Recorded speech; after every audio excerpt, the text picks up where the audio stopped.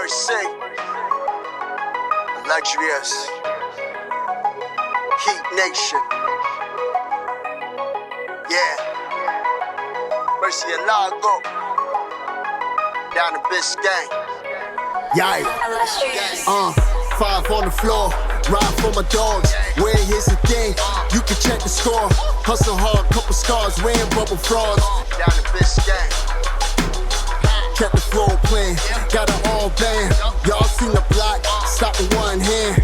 And Pat we trust, Inspire have the guts. We're here to bring the heat, y'all can hang it up. Welcome to 5 on the Floor, a daily insider show on the Miami Heat and the NBA, featuring Ethan Skolnick, Greg Sylvander, Alex Toledo, Brady Hawk, and others from the 5 Reasons Sports Network. Also make sure to subscribe to Off the Floor for the most heat anywhere.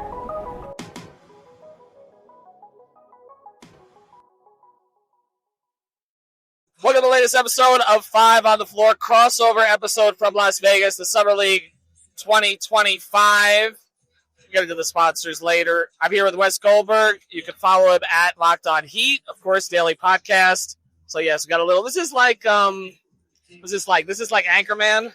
It's like Anchorman when they all try to fight each other. Right, exactly. I didn't bring any weapons. You didn't bring David either. I didn't bring David. I don't have Alex, Brady, or Greg. It's a little bit. David would call it like a Marvel universe meets like Capcom something. He would bring comic books. That's all way over my head. Yeah. But we're here at the arena at Thomas Mack Center, and both of you and I were at the Erik Spoelstra press availability today, which I just want to give some context on, and then we'll go through some of the things he said. Most people are going to be talking about what he said about Kel'el Ware, which was clearly the most interesting thing. But just to get into why it happened in the first place, Spoelstra's not here every summer. And Anthony Chang and I think you had gotten up for a minute. We were sitting on the baseline yesterday or whatever it was, on the 11th. And Ira had gotten up as well. The four of us are all out covering. And Spoke came over, spoke to Anthony and I for like 3 minutes. And then he said, yeah, I guess I'll talk to you guys tomorrow. So we weren't even counting on this. They had a practice today. We're talking to you here on Saturday. They had a practice today at their hotel, in the ballroom, in the tents. And Spoelstra came out and spoke to us. And not only did he speak to us, he spoke for 17 minutes, which is a long time for him. Yep. You know, sometimes it's one question and then, I can leave and I'm out of here. And he had a message. And it wasn't the first question, because the first question Ira asked was about Andrew Wiggins. Spoelstra talked about wanting him to get more comfortable as a human being, as a person with the whole organization, not just on the floor. But then Anthony asked about Kel'el Ware. And I'm going to say this as somebody who is very old and has been around the team for a long time and was here when Spoelstra started coaching the team in 2008. I've only heard him call out one player publicly like that in the entire time that he's been coaching the Miami Heat. And that was Hassan Whiteside, sometime around 2017. The arm gestures, the very direct speaking about he needs to be more professional. I thought he was going to deflect after Ware's sort of low effort, low energy performance of the Summer League game where they gave up 20 offensive rebounds, and he did exactly the opposite. There's 2 ways that he could have gone about it. The first way would have been deflect, cliche, move on to the next question, right? Say something along the lines of, Kel'el knows what's expected of him. He's going to work harder. We expect big things from him going into the season. End of answer, right? But to your point, he was almost champing at the bit to get that question. He was very ready for that question. And so Anthony asks it, and he goes, okay. And you're like, he goes, all right. And that's sort of a SPO giveaway, is like an all right to start the answer. Like, all right, what's about to happen?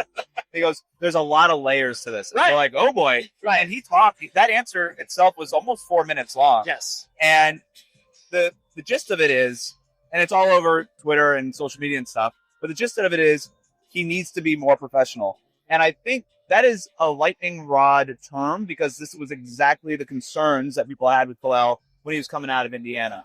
And it was something that was followed him from Oregon to Indiana in college, and then that was the concern there. That's why a lot of people did not think that they would draft Powell even at 15, because there were those concerns. He seemed like a fit for Heat culture.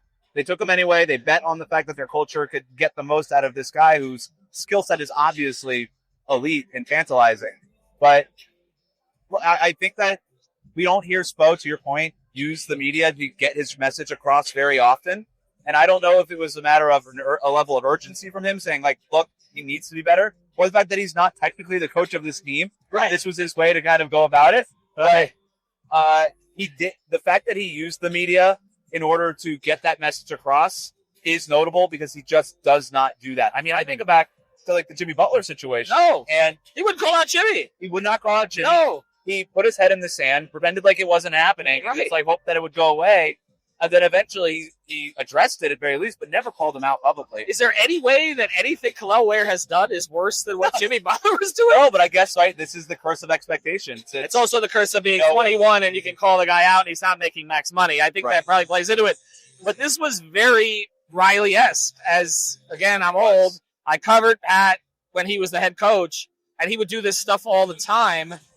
But I've only heard Spo do it now to 3 players since 2008. Michael Beasley. Yep. And it was more couched than this because Spo didn't have the credibility and the leverage that he has now. He didn't have an 8-year contract. He wasn't a 2-time champion who had been to all these finals. Hassan Whiteside and Kel'el Ware. And the reason it's concerning is because when Kel'el was drafted, those were 2 names, as you mentioned, that came up. Was because Beasley would have these sort of episodes where he didn't seem engaged. That irritated Spo. Whiteside and Ware are not the same in this regard. Whiteside went hard, but it wasn't for the team. And that's why Spo used to say, sort of on the side, he works hard, he doesn't work with. Okay? That's not what this is about. We were watching him yesterday. We're watching Ware. And I understand it's Summer League. I understand that he put on 8 to 10 pounds. We've had guys in our network who kind of made excuses for him regarding that, and he may be adjusting to that. But, like, he's not jumping to get rebounds. He's not boxing out to help anybody else. He looks like he didn't want to be here. And it kind of started, I was watching him, and I mentioned this on a podcast that we did this morning. It feels like forever ago. Before Spo Talk, I'm watching him do his warm-ups prior to the game, okay? When you watch Bam do his warm-ups, there is purpose to it. The mic and drill, everything. It's quick. It's timely, okay? And I understand he's had to grow into that, but he did that from the beginning, okay? You watch Ware, and it's like, there's nothing. He's not. Well, I get back to the stories about Bam, why they drafted him. Yeah, they were happy to draft Bam. Right. They were so impressed by his pre-draft workout. They're like, we got to take this guy. Right. With Ware, I'm not saying that they weren't excited to take him. I don't think that would be an accurate assessment of it. But it was more of like, he's the best guy on the board. Let's take a chance here. Right. And this has been the thing that's been following the whole time. Look, let's just call it as it is. And this is why Erik Spoelstra called him out. He's been bad in Summer League. And he's walked in here with maybe, I don't know if it's a sense of entitlement. Right. I don't know if it's the fact that he was playing in playoff games and now he feels like, why am I playing in a Summer League game now? Whatever it is, but like Jaime Jaquez was first team all rookie the year before, and then played his ass off the Summer League. I know it didn't pan out during the season, but I don't think they have any questions about commitment there. Right. And then the other thing that came into it was, as soon as the Ware question was over with, I asked about Jovic, and Spo's eyes lit up. Like, that he's done, and he even made the comparison. In the Jovic answer, he brought Ware back up again. Yeah. He said that you look where Nico was and where he is now, and that's what Ware needs to get to. And they had some questions about Jovic earlier. Remember, there was the whole thing about Jovic talking to that foreign reporter, and things got fixed up, and he didn't really want to go to the G League and be the 5, and so there was some sense of some entitlement there. Okay, and again, you're dealing with 19 to 21-year-olds. Okay, it is what it is, but I think it's because of they feel like they put a lot of attention into Ware. They've basically given him Malik Allen as a personal, instructor. Spo said, I think he's the best big man coach in the league. Yep. So, and that doesn't even include the attention Zoe has given to him, Haslam has given to him, and that Bam has paid to him, and Bam has propped him up. And I think I get the sense of disappointment. There's the other factor here too. They didn't trade him. Yeah. Well, can I stop you there? Because one last thing on Nico. Spo he never called out Nico, but he did say something like, when he's a rookie, look, this guy gets stronger, he's got to get in the gym. Like the things he said about Tyler Herro, a lot of these guys, that's not calling them out, that's just stating facts.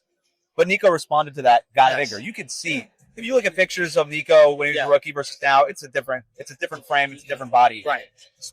Ditto for Tyler Herro, by the way. I saw rookie photos of Tyler Herro. Yes. Versus now, it's a different player. Whenever they challenge Tyler, he's responding. Yeah. And And that's what I think that they're trying to get to with Kel'el. I think the difference is with Tyler and Nico early on, they saw the progress. They saw the purposefulness in doing that. And with Ware, they're just not seeing it. Some specifics that, like, Spo said about Ware, it wasn't just, like, blanket professionalism. It was stuff like he came up with a new Spoism, at least not one that I heard, which was do everything the way you do anything. Or do anything it's not new. I'll stop you and I'll go ahead. I actually brought it up on the pod this morning. And I predicted he would say it, so I'm going to take some credit for this because this is his new line. This is new, but it actually started at. He started using it after Team USA last year. Okay. Because I asked him in the Bahamas about coaching LeBron again, and he talked about LeBron's work ethic at work, and he said he uses LeBron as an example all the time. Right. Do anything. How you do anything is how you'll do everything. Right, that's it. That was the exact quote. And when he said it today about Ware, it struck me because literally on the podcast this morning, I said, that's probably what they're thinking. Here's what Heat fans should at least take some comfort in. Heat fans who've been frustrated by the way Ware has looked, the team is with you. Yeah. Okay? Like, they're not going to put their heads in the sand about this. And there's one other thing, and then on the other side, I want to get to some of the other things he said today. Yep. But the one other thing he said today that I thought really, the attitude he took today, I want Erik Spoelstra to act more like Pat Riley. I want him to call guys out. Yep. Okay? He is established enough. He doesn't have to take any shit anymore. Okay? I think that's where we're at. You saw this wear on him last year. Don't throw sand in our face anymore. Don't pee on our legs and tell us it's raining. Right. Okay? I understand Spo's way has always been to criticize collectively and privately and praise individually. That's the way he's done it. It's been successful. You're the longest tenured coach in the NBA now, okay? You have 6 more years on a big contract, right? Eventually, he's going to be the face of this organization. I think we all know that. So if that's the case, if you can stand up there and get it. And we watched Kel'el walk out of, and I don't know what he was looking at specifically, but he was looking down at his phone as he walked out of the tent. Right. The message is going to be delivered now publicly as well as privately, and I feel like they felt like it wasn't getting through privately, so sometimes you have to do this publicly. It's such a great point. Now I'm thinking about it, I do wonder, because we're shifting into this younger type of roster, Spo does have to change the way he approaches coaching it and with the media and all these things. And these young players now who are very online and are very cognizant and aware of how they are portrayed and care about that stuff, maybe they do respond to this stuff a little bit more. And so I think Spo, this might be I don't want to go so far as to say it's a new Spo. This might be a new tool in his toolbox to be like, you know what? I am going to use the media because that's something that I think gets through with this age of player. It does make sense that he would kind of change the way that he coaches, even if it's just a little bit. And maybe takes a page out of Pat Riley's book there. Kel'el was, we were asking Kel'el after the Spo presser too, the little session there. And I can't tell you that I was super impressed with his answers either, where, he was asked point blank, what did you think about these things that he said? And, I think it was either Ira or Anthony kind of paraphrased it to Kel'el. And he was like, I get it. I hear him, but, I'm in my second year. I'm still learning and all these things. If that's the kind of attitude that he has behind the scenes, then I understand why Erik Spoelstra would have gotten to the point of, you know what, it's not enough privately. I got to go and take this extra step of calling him out publicly. And also, if you're holding him out of trade talks for the likes of Kevin Durant, yes, a player that I know Erik Spoelstra was very interested in them going to get, you need to hold up your end of the bargain. If you're going to be held up as untouchable to that degree, you need to do that stuff. I also wonder if something else happened in the last couple of days. I get that sense. I don't have a full reporting on this, but for it to escalate to the degree it did, and there were also some whispers today that give me that feeling we may find out more about this. I just think, again, I don't think anybody's saying Ware's a bad guy or anything like that, or that he doesn't care, but there is a certain level that they expect you to get to. And you look at one other thing. Spo was over chatting with us just briefly the other day, or 2 days ago, or yesterday at this point, and asked about Norm Powell. We were just chatting about Norm Powell, and we'll get to him on the other side. We'll talk more about it. But I said something to him. I said, well, he seems like a pretty nice guy from what I've heard. And he said, yeah, but he's got an edge. We like the edge. We like the edge. They want these guys. Davion Mitchell was re-signed because he has an edge. Okay, that's what they're trying to bring back into this organization. What is Pat Riley like? Shields and swords. That's where they want to get back to. And Jovic, okay, who I guess we'll talk a little more about. Jovic plays with an edge. Yep. Larson plays with an edge. Okay, big time, and that is shown up here. They like Deshaun Johnson plays with an edge. They want to get back to that. That team was too soft. The team that finished out last season, they want to change it. All right, I'm going to take a brief break here just so that we can get in our sponsors. So, pause. Okay, we're back. All right, that's how we're totally unprofessional here. All right, let's get to some of the other things he talked about. Wiggins, they have made it clear they're not intending to trade him until at least training camp. Right. Spoelstra spoke about Wiggins getting more comfortable personally with the organization. I think we felt that being around last year, that he seemed a little bit out of place. He got used to sort of being loved in Golden State. But Spo talked about unlocking some things with him. Do you think he starts the season in Miami? I do. First of all, if we just want to go to some of the trade talk, look, they're going to listen on trades. We know that. The Lakers stuff, I think it's a lot more Lakers interest than it is Heat interest. Lakers reporters keep talking about, it's going to be Dalton Connect and no first-round pick, a first-round pick, whatever. I don't think the Heat are interested in that trade if they're not getting the first-round pick. They're not. It seems like the Lakers think that the Heat are trying to get off Wiggins, and that the idea that they would just take Rui Hachimura and Dalton Connect for Wiggins, that's not going to do it. The Heat like Wiggins. Yeah. They like Wiggins. They're okay with it. But there also is the progress-stopping aspect of this. Are you concerned about that? They just traded for a 32-year-old, so he's going to be 32 this season. Wiggins is going to be 31 this season. But I guess the question is, whose minutes is he taking, right? Like, would he be taking Larson's minutes, Jaquez's minutes? I mean, if you clear him out, you're bringing in another rotation player probably anyway, whether it's Hachimura or somebody else.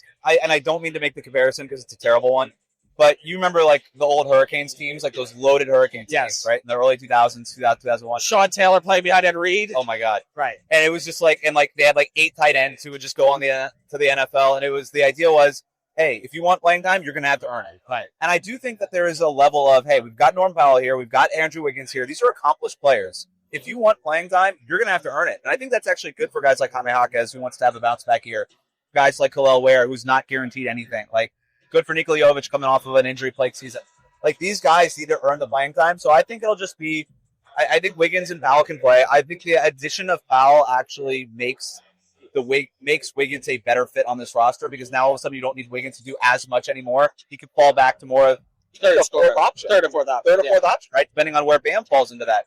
So on any given night, right, it could switch. So I think the addition of Norm Powell actually benefits Wiggins. And with Wiggins, once he gets more comfortable, I'd say this all the time, but people act like Wiggins was terrible for Miami last year. He averaged 19 points per game, which was wasn't impact. There was a 42-point game to 30-point game, and then he kind of fell off towards the end of the season. But and the injuries were an issue. His numbers were really good. I felt like, and I thought Spo hit on this today, I felt like they were trying to make a Minnesota Wiggins because they really didn't have a choice. Right. And it sounded like today, what you're talking about, what he talked about with Norm sounds like more of a pivot to Golden State Wiggins, where he'll focus a little more on defense. Minnesota, a little bit, but maybe not as many actions. Yeah.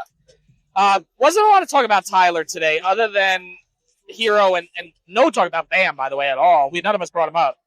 He's the give it at this point. Yeah. But with Herro and with Powell and him feeling they can play off of each other, it sounds to me like the lean in is he's going to start the two of them together. Yep. He's going to bring Davion off the bench. Wiggins would be at the 3.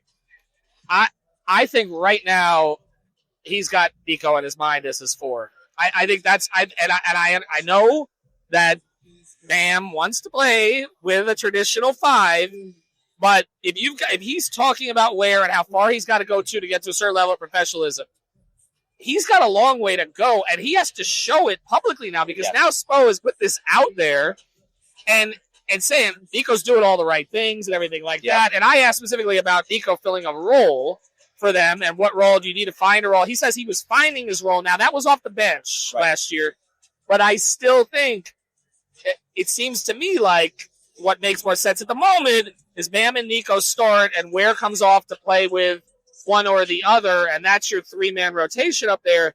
because it's going to see, like you said, if this is a merit-based thing, Yep.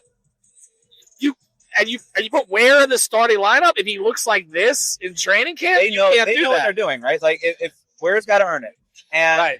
the thing that you said about Bam is a very good point, because who's the other leader on this team? And Spo talked about this today with Kevin Love being away and sort of no old head kind of in the locker room anymore.